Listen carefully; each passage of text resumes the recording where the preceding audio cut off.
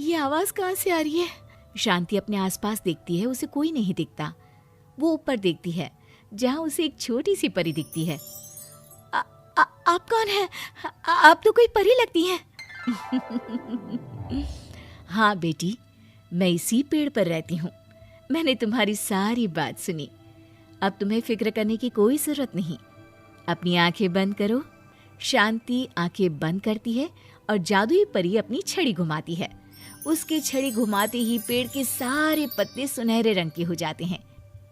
परी उनमें से एक पत्ता तोड़ लेती है और फिर से अपनी छड़ी घुमाती है, जिसके कारण सारे पत्ते पहले की तरह साधारण से दिखने लगते हैं।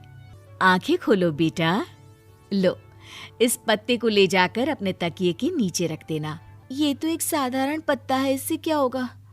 ठीक है, अगर आप कहती हैं तो मैं इसे रख लेती हूँ। शांति उस पत्ते को लेकर अपने घर जाती है और अपने कमरे में तकिए के नीचे रखकर सो जाती है।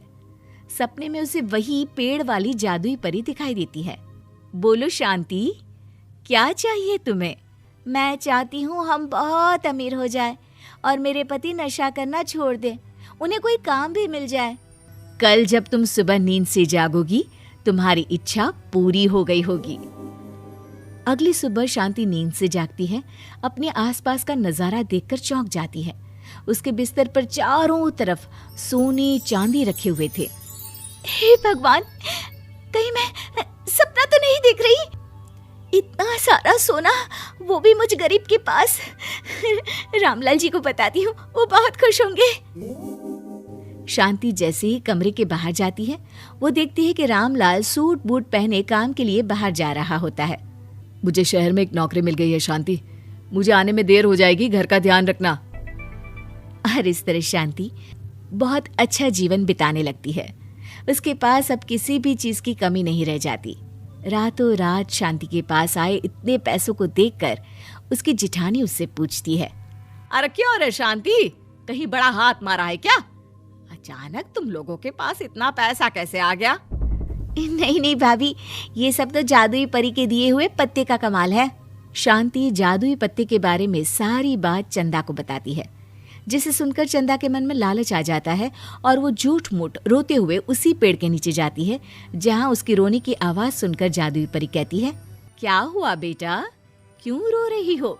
मैं बहुत गरीब हूँ, मेरे पति मुझे बहुत मारते हैं, अब मैं जीना नहीं चाहती। चिंता मत करो बेटा, अपनी आंखें बंद करो।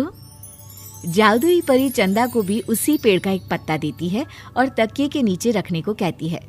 चंदा उस पत्ते को लाकर अपने तकिए के नीचे रख लेती है और अगली सुबह जब उठती है तो उसके कमरे में चारों तरफ सांप बिच्छू रहते हैं।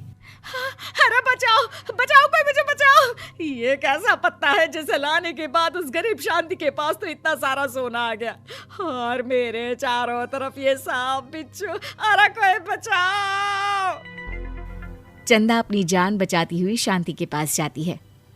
चलिए भाभी, मुझे लगता है आपके घर में सांप बिच्छू को बस जादुई परी ही हटा सकती है। दोनों मिलकर जादुई परी के पास जाते हैं। ये सब तुम्हारे बुरे इरादों का नतीजा है चंदा। तुम झूठ मूठ बस पैसे के लालच के कारण यहाँ आकर रो रही थी, इसीलिए तुम्हें जादुई पत्ते ने उसकी सजा दी। अरे मुझे माफ कर दीजिए जादुई परी, मेरे मन में लालच आ गया था। अरे शांति, तुम भी मुझे माफ कर दो, मैंने तुम्हारे साथ बहुत गलत किया है, फिर भी तुम मेरी मदद के लिए आई। चंदा को अपनी गलती का एहसास हो जाता है, इसलिए जादुई परी उसके घर से सारे सांप बिच्छू को गायब कर देती है। चंदा और शांति आपस में मिलजुल कर रहने लगती हैं। उम्मीद है कि आपको हमारी ये कहानी पसंद आई होगी। कृपया हमारे चैनल को सब्सक्राइब करें और सभी अपडेट्स के लिए बेल आइकन जरूर क्लिक करें। और हाँ, वीडियो लाइक और शेयर करना मत भूलिएगा। Bye bye.